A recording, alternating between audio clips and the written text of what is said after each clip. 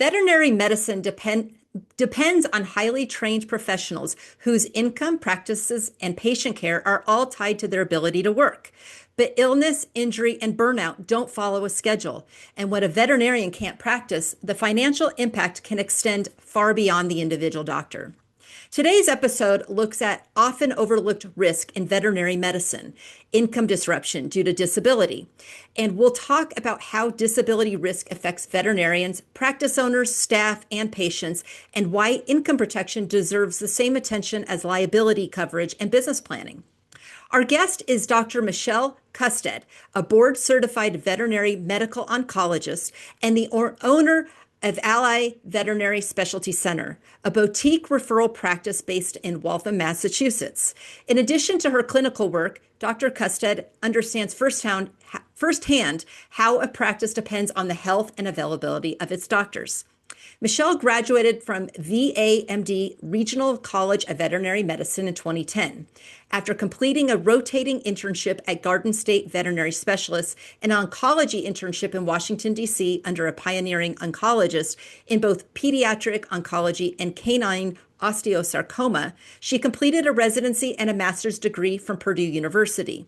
With over 10 years of experience in medical oncology, she brings a wealth of experience and expertise. She is published in the fields of personalized medicine, dose optimization, and metronomic chemotherapy. She prides herself in excellent communication and ensuring that pet owners fully understand their pet's diagnoses and options. Knowing that she has helped a family decide what is best for them while ensuring their pet maintains a good quality of life brings great satisfaction. Today, she's joining us to talk about what happens when a veterinarian can't work and how income risk shows up in real practices, and why planning for a disability and income protection is critical for long-term career and business stability. So welcome. Thanks for joining us. Thank you. I appreciate being here. It's nice to finally meet you. And it's great, we've worked together for a long time, but it's finally actually nice to see a name and a face I and to meet you in know. person. I know we've actually never met each other face to face. So this is really nice opportunity. Yeah. So when we first met, you were working at a clinic and then you've transitioned into being a practice owner. Yeah. So how has that kind of changed your mentality as a veterinarian? Yeah, I would say that I now feel a different sense of responsibility. Before, my responsibility was to my coworkers, to my colleagues, and of course to my clients, patients, and their families. Now I feel like I have this whole new group of people that I have to make sure are well taken care of at the end of the day. So there's a lot more responsibility that goes into it. I have to make sure my employees and then therefore the things that depend on them are taken care of. So So it's you have a to wear a lot of different hats, not just as a lot of different practitioner, hats. but now you're the business owner. So, and then how has it changed your perspective in terms of income protection? Do you feel more of a sense of responsibility, vulnerable from that perspective? Has it changed at all?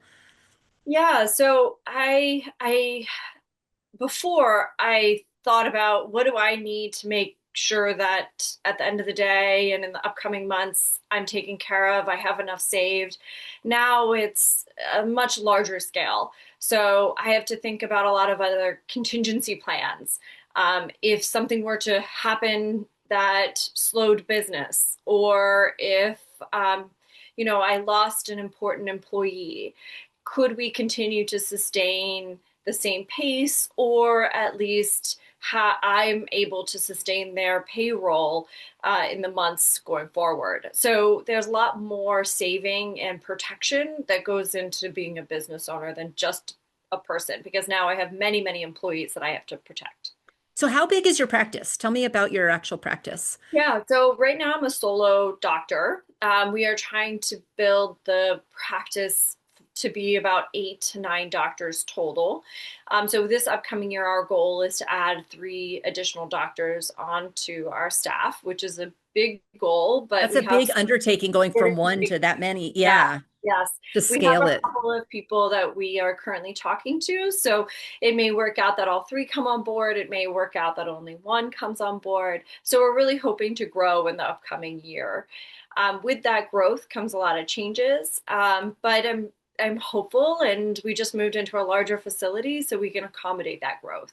I was going to ask you because that to scale it, you need more space to accommodate more doctors and then more responsibilities. Yes. So is there a difference? Because you used to just do more general veterinary work and then now you're doing more oncology. Is there sort of a difference in the way the practice works and what you're doing on a regular basis?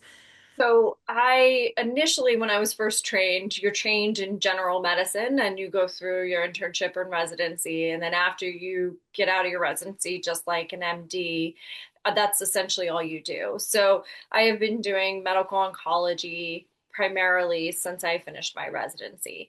Oh, And wow. the pace and the difference in how you treat patients is very different.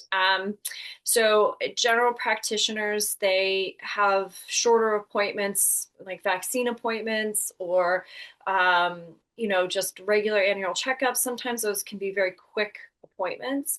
A lot of times in oncology, it's complicated. There's a lot of emotions. There's different levels of care that needs to be provided, both in terms of testing and treatment. So the appointments tend to be longer. And we tend to build the day depending on how many procedures and how many patients are getting treated. And do you do the actual surgeries too, or does that get Yeah, so I you know, do small procedures. So I refer to a board certified surgeon if needed for that pet's cancer treatment. mhm. However, in the process of working up that patient's cancer, if a biopsy needs to be done, or bone marrow aspirate or core needs to be performed, then I can do those procedures. I can also help facilitate advanced imaging like CT scans or ultrasounds, or even radiographs or x rays for those patients. See, what fascinates me about veterinarians is when I think of veterinarian, I'm a dog person. I just think dogs, but you probably work with the whole spectrum of animals, So correct? yeah, in the very beginning, when I was being trained to become a veterinarian, you have to handle everything. Like So lizards and snakes and and cows and horses and yes, sheep and so you really get your hands dirty, and we literally, are, yes. yeah, yeah. So now what is your practice? Are you doing primarily? Mostly, yeah, just primarily dogs and cats. There are oncologists out there that have treated horses, that have treated pocket pets. We call pocket pets Yeah. like rabbits or hamsters or gerbils. Yeah, yeah. Um, and so there are a wide range of animals that can be treated for cancer care, but it's primarily dogs and cats. And don't they say like dogs, like 80% of them or some really large percentage at some point will have cancer?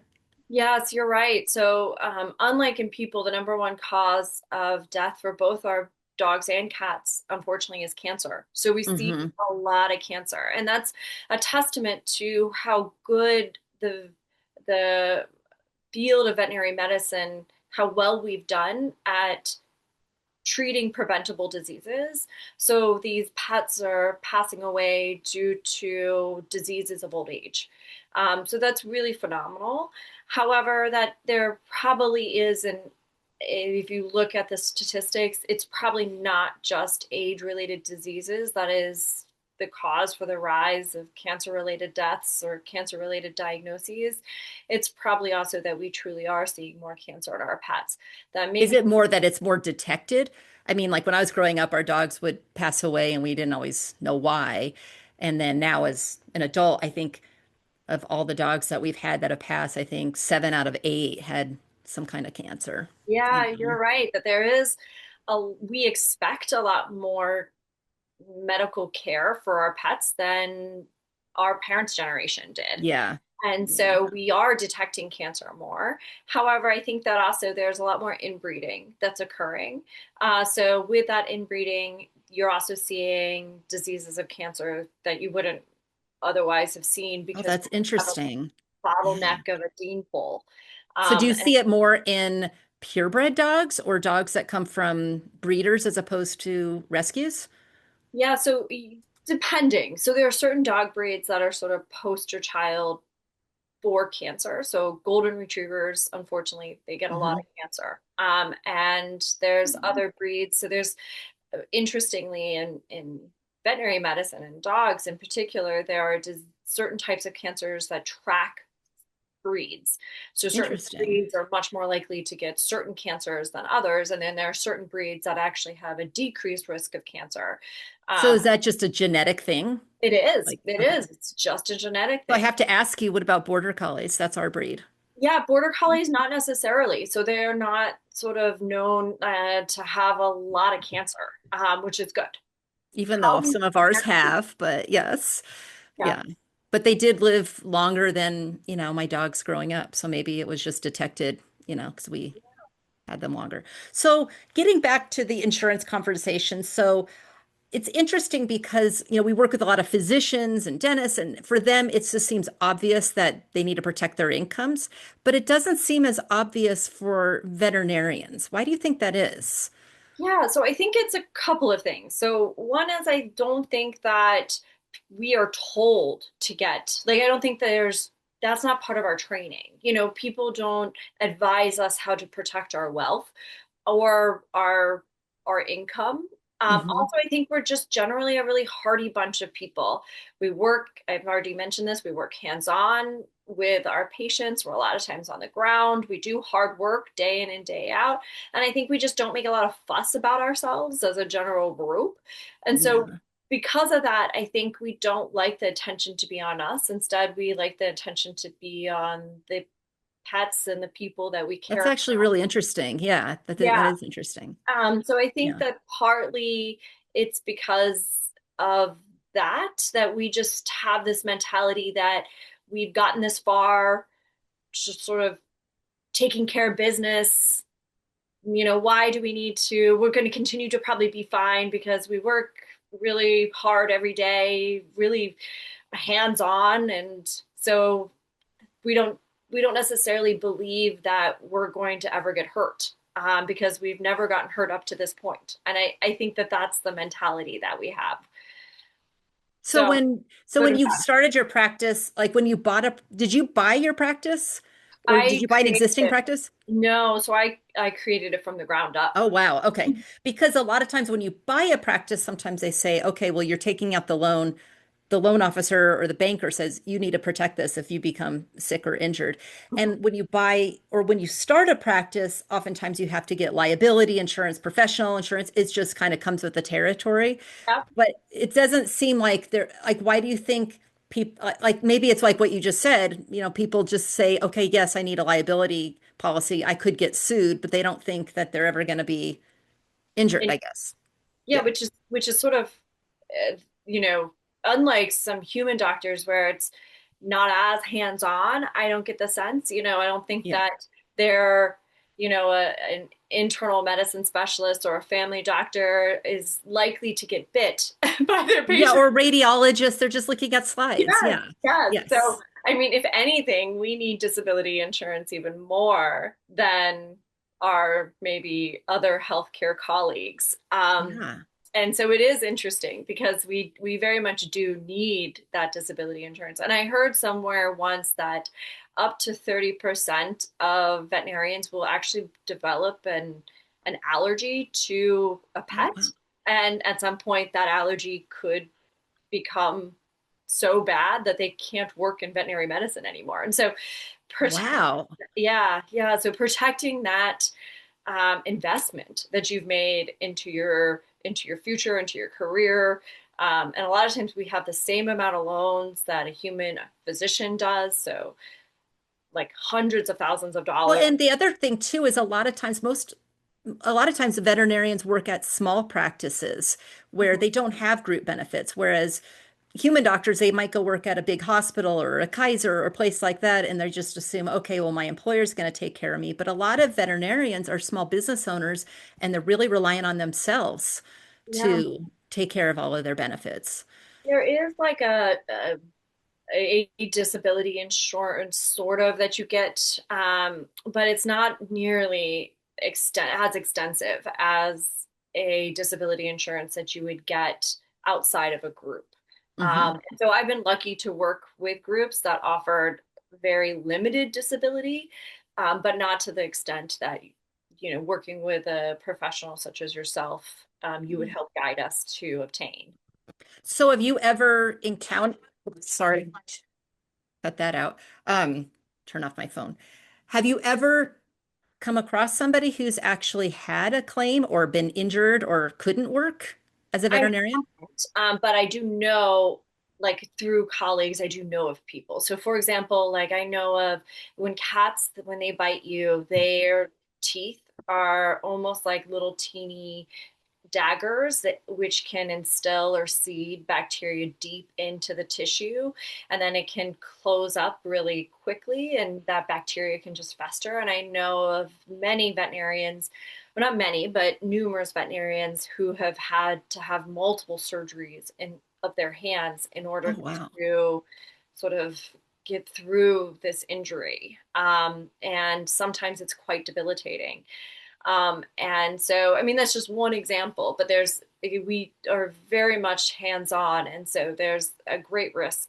Um, Especially the equine oh my goodness. veterinarians too. Yeah. I've had equine veterinarians that have been kicked, Oh, fallen, they, fall off the horse and break their back. I mean, it's a very, very, it oh, can be very dangerous. very dangerous. I don't even want to get into some stories I have of what I've seen personally, some severe injuries. And also in vet school, in veterinary school, my roommate was a equine surgeon. She was getting her residency in equine surgery. And the stories she told, I Well, just, tell me one of the stories. What's one that's really interesting? well, This is the stuff I talk about. I find it interesting. well, I'm not going to tell you the most gruesome one, but I'll tell you the next one down. So, Okay.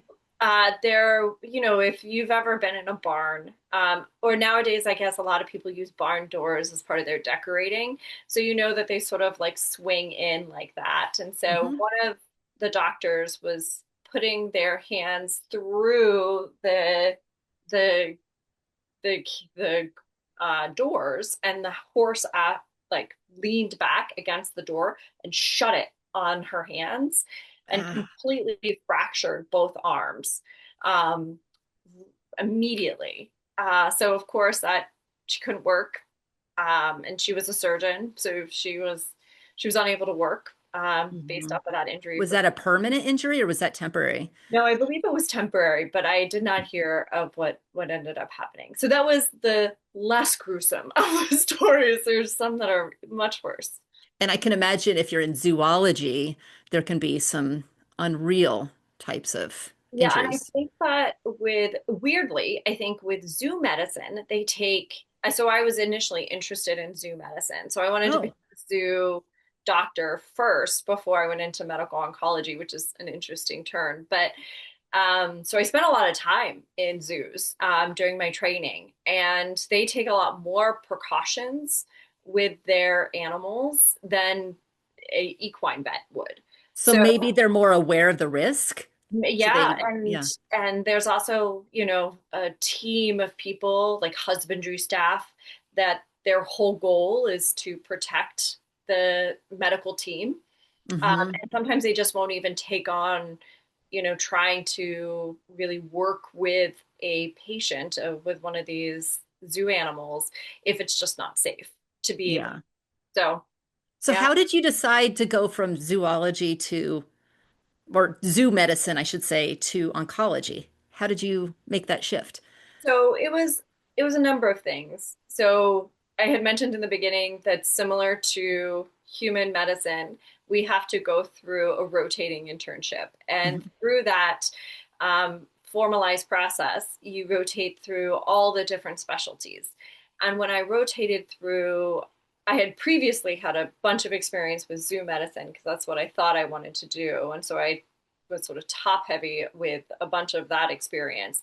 And then I had to rotate through medical oncology. And sometimes you just meet individuals that are so inspiring and so good at their job that Yeah. they just sort of draw you in. And so I met one of those individuals and I saw myself in her. Like I thought to myself, I could do this. And I loved the bond that you have with your patients' families. I really enjoyed being able to help clients through a really difficult time. And I also really am a big dork. And so I enjoyed the biology of cancer a lot.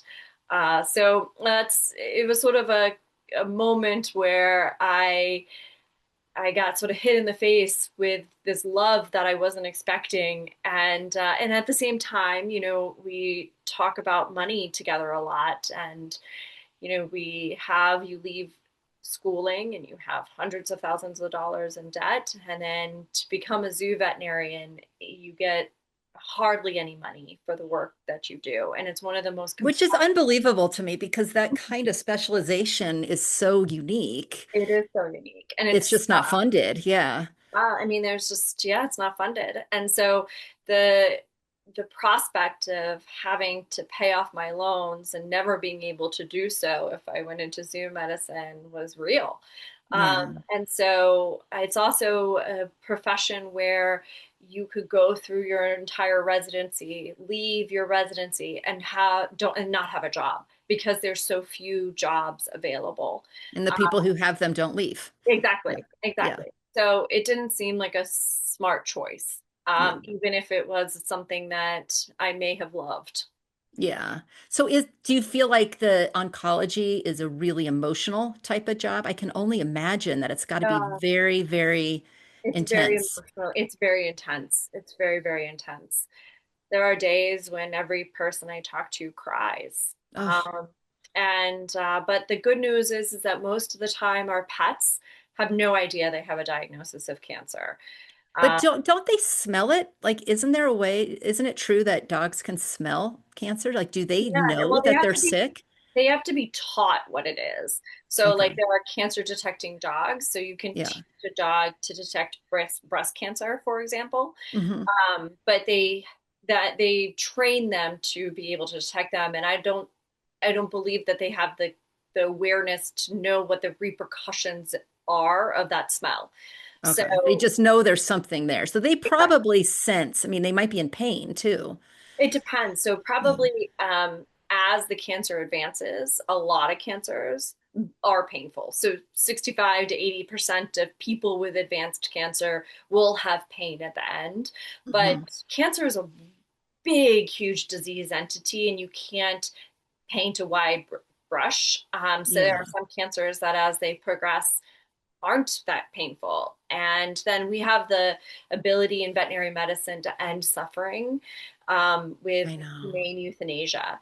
And so we a lot of times can let them go peacefully Hmm. before they are to the point where they're truly suffering. And especially with a terminal illness such as cancer, where we know what the end is going to be, it's quite a blessing to be able to help them. Oh, absolutely. Because we've had to do that many, many times. And I've seen adults, humans, have to really suffer. And it's Mhm. almost inhumane I that they agree. have to go through that. So how do you kind of keep your emotions in check, having to have those kinds of conversations? Or do you just get used to it? I think just like a human physician, you compartmentalize and you just get used to it. And I think there's certain people that are have that type of constitution where they can go and have this really empathetic, truly empathetic, touching conversation and be a support to that person while also guiding them and teaching them and advising them.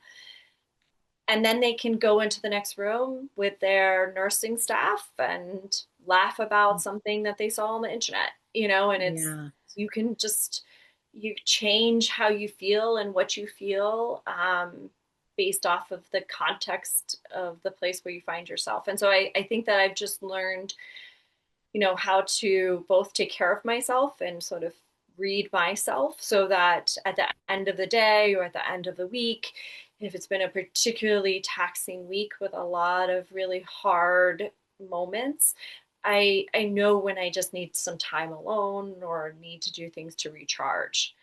That's And I think probably that's, good advice for the younger ones coming in because and it, it's probably something you've learned over time. yes, and it's not something that you can, it's something that you can help the new doctors coming up understand that it will get easier and also to pace yourself. And I think that's partly why the training to become a doctor is so long, is because there's so much training that just isn't root memorization, or there's pattern recognition and there's the understanding of um, how to help people or pets in different situations and with different goals and be able to communicate that as well as possible. Yeah, but you can't always teach compassion and empathy No, you cannot.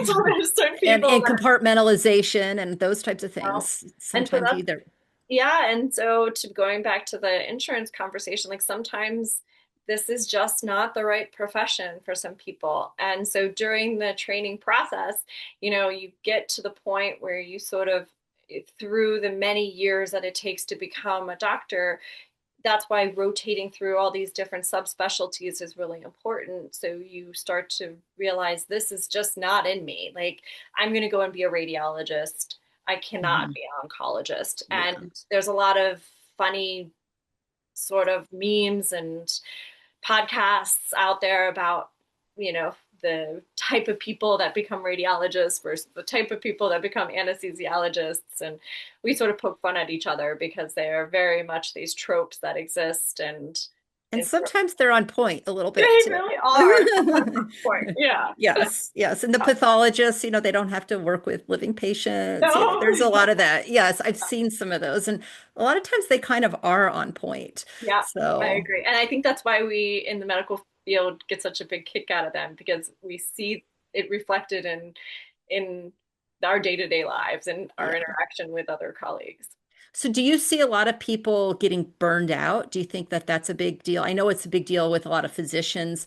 I'm seeing so many physicians, that are only 5, 10 years in wanting to retire early or do side gigs. Are you seeing that as much with veterinarians? Yeah, I would say probably right about the 5-year mark post residency, I was trying to figure out how do I exit.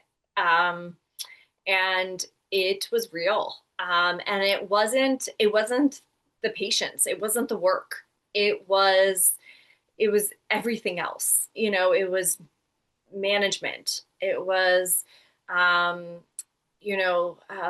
how we took care of each other, or lack thereof. It was the lack of feeling seen by those that ran the practice, sort of trying to force a business model into something that is so personal at the end of the day. Yeah, yeah. Um, and also it's hard, especially with, I think, veterinarians in particular. There's statistics that say of all medical professions, dentists, human physicians, veterinarians have the number one suicide rate by far. Really? Why Yeah, is that? That yeah. actually really surprises me. I thought it was dentists, but No, we're maybe tell higher me a than little that. more about that. Why do you Yeah. think that is? So there's a huge movement right now that's called Not One More Vet, because I mean, it, it's like almost every other year I hear of a colleague that has committed suicide.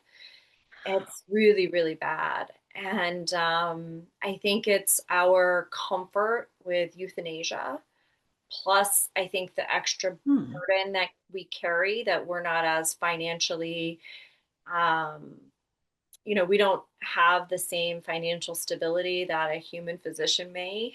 So we have more loans and our days are just as hard. And, I think that we are really sensitive to our owners. And if we get told by an owner that we're only in it for the money, it really, really hurts. And so, with the trolling that can exist on with social media. And so I don't know, I haven't studied it, but I think there's a lot of possible reasons why veterinarians in particular may be more at risk.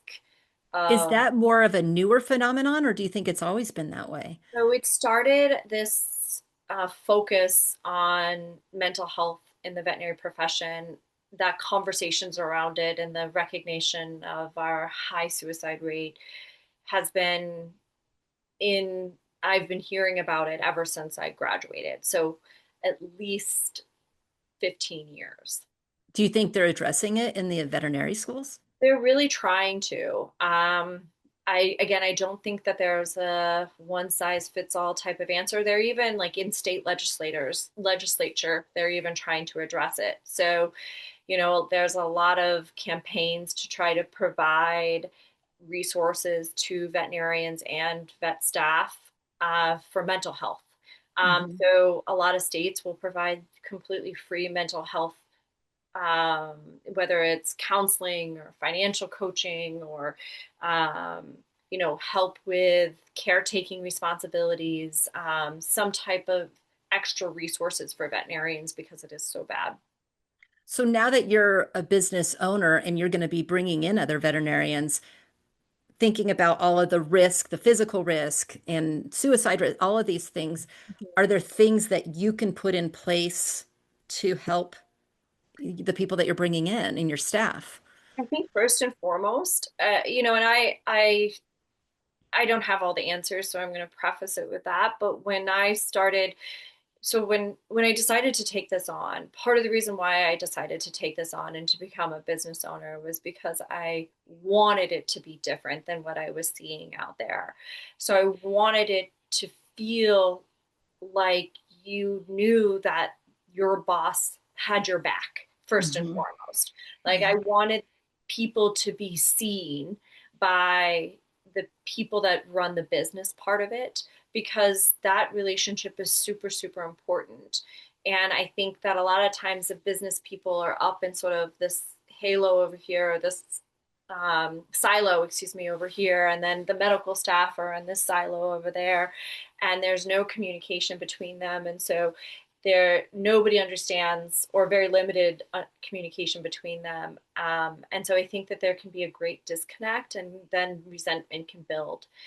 So I really want to, and I believe that I have created a culture where people really feel like they have access to me and that they understand decisions that are being made and that they feel like the decisions that are being made are for the benefit of the individuals and for the team as a whole.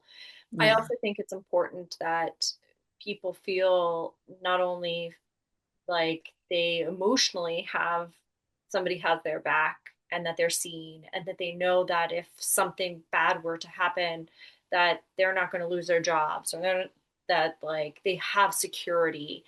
But I also think it's important that they are taken care of from a benefits package and a financial package, and we should be able to do our job and the job that we have a great passion for and also be able to take care of the people that we love.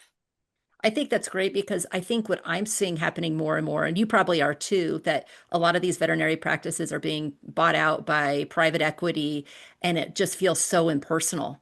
I mean, I Yes, know as yes, from the patient standpoint, we go in and every time it's somebody else, it just feels like you're just a number, you're going through it and you can kind of just sense it, the feeling of it. And I wonder if that has something to do with it. And I think it's great what you're doing because you're kind of going against the grain, saying, let's go back to the old school where it's about relationships. And I actually do care about the patients and the people and the and their practice families and the and yes, families and everybody matters. You're not just some widget coming no, into some practice because I think that probably plays a role with the mental health.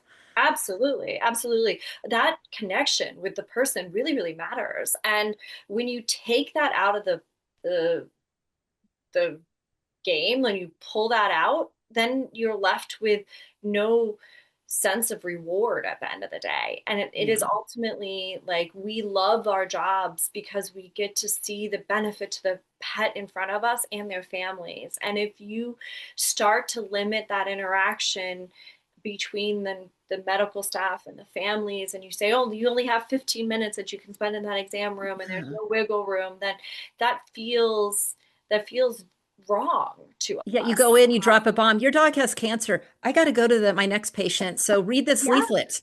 Like exactly. No, that's terrible. it That's is terrible. yeah. And then as a veterinarian, you probably feel like, oh my God, I just, you You know, don't feel good either. yeah, Nobody exactly. I can't believe I does. just did that to those people. So Yes, it's awful. yes. It's awful. It's awful every way you cut it. So I think that that also probably contributes. Yeah, So yeah, hopefully we're able to create something different where, it really, like you said, it brings it back to that relationship. And that's really what I absolutely. want to build. So we're going to take a quick break. Let me write down the time. We're going to take a quick break, and when we come back, Dr. Custead will talk about why disability risk isn't just an issue for veterinarians. It's a business risk that can impact an entire practice. Stay with us. Okay, welcome back. We're here with Dr. Michelle Custead, and we're talking about disability risk, income protection, and what happens when a veterinarian can't work. So, from a business resilience standpoint, what planning should veterinarians and practice owners do before a disability insurance or a disability disruption or a health disruption occurs? What can you do as a practice owner to keep things running smoothly? Yeah, so I think it's about looking at the worst case scenario, right? We're taught as medical professionals to, before doing any procedure, to before anesthetizing any patient, to always plan for the what ifs, the emergency that we don't expect to happen but could happen. And so you make sure you have every possible scenario thought through so that you're ready to act if you need to. And I think taking that same mindset to your own financial health is also really, really important. And so, as a business owner, I think it's important to look at it that way, but also from a personal standpoint, for those people who aren't business owners, think about who do I call first if there was an emergency? Who do I want my medical team to call if I happen to be in the emergency room? Or where are those financial resources and are they accessible to the people that need them? Or does someone know even how to access that material if they know where to find it? And then who's able to make medical decisions on your behalf? And as particular to a practice owner, it is also making sure that there's somebody in your practice that if you can't be there, that they can still pay payroll and they can still make sure that people are able to come to work and do some type of work while you're healing or getting back on your feet. So it's Especially having in a small practice too, who could fill in for that person if they shut their arms in a barn door, yes, yes, yes. Like, what are those contingency plans? How do you find a locum? Like those. Exactly. Are Um, are there good locums for veterinarians? There are for specialists, yeah. I mean, they take some time to get. So a lot of times, if you have a planned leave of absence, like Like a maternity, maternity leave, yeah, yeah. yeah, yeah, then you can absolutely get a locum. It can be harder to, it can take weeks to get a Yeah. locum in the event that something sudden were to happen. And so that's where having these contingencies in place really matters. Yeah, that makes sense. So we did talk about burnout, and it sounds like it does sound like burnout is a wellness issue and a disability risk. So we'll move on from there. Um, what happens when there aren't contingency plans? Have you seen any veterinary practices where, they just sort of wing it and they don't plan for emergencies? I haven't personally ever been in a practice where something like that happened, but I have seen it. So where like you all of a sudden can't get a hold of so you oftentimes like as a veterinary oncologist, I work with their family doctor.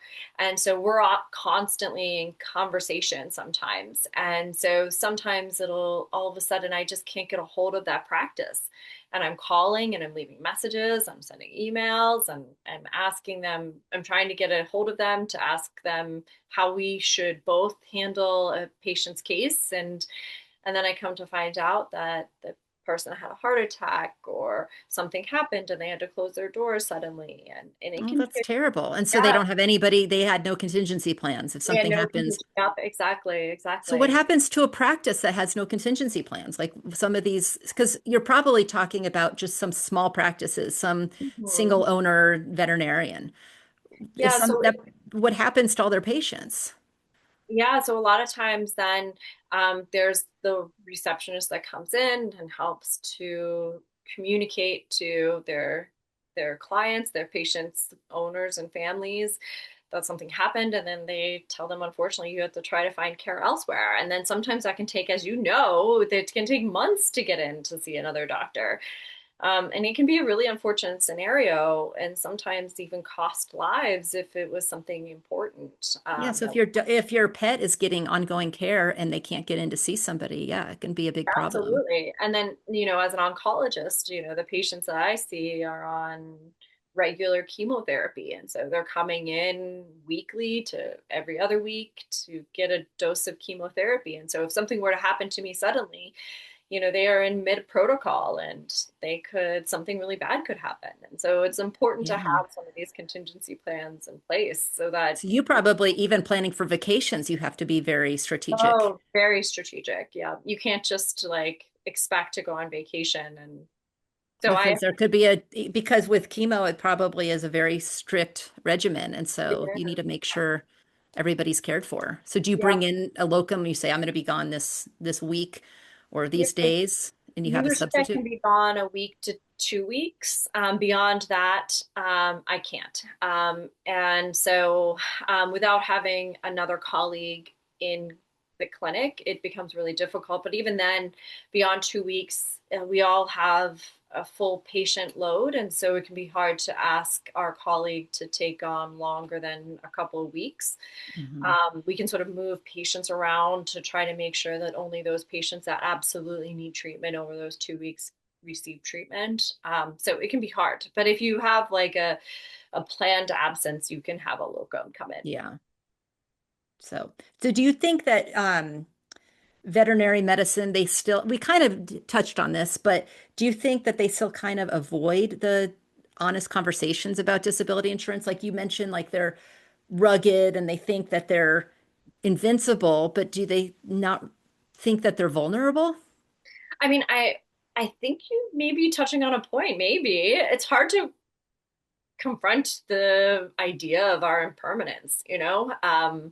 Nobody likes to think that we're only on this earth for a short period of time, and so maybe that does have to do with it. Maybe it's just we live in a busy world and maybe we just don't want to think about it, or there's just that we just put it off, like, oh, Yeah. that's something I've got to do, but it could happen tomorrow, it could happen 6 months, and there's no urgency to it, so we just keep putting it off because it's also hard to think about. And sometimes we have to pull in family members where it's also difficult to have those conversations and may bring up other topics that are hard to talk about. So yeah, Yeah. it can be very difficult to have those conversations.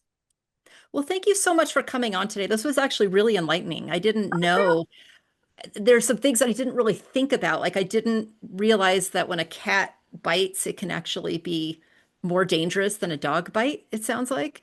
And I And didn't, often, yeah. yeah, And I didn't really think, I didn't know that veterinarians have the highest suicide rate. That really makes me so sad. yeah, So that's yeah, really we sad. take care of our veterinarians. We do need to take care of our veterinarians because they take care of us so well. So thank you for everything for coming in today and for all you do for your patients. It was a really great conversation, and I thank you so much. Of course, it was my pleasure. All right, thanks. All right, bye. Bye.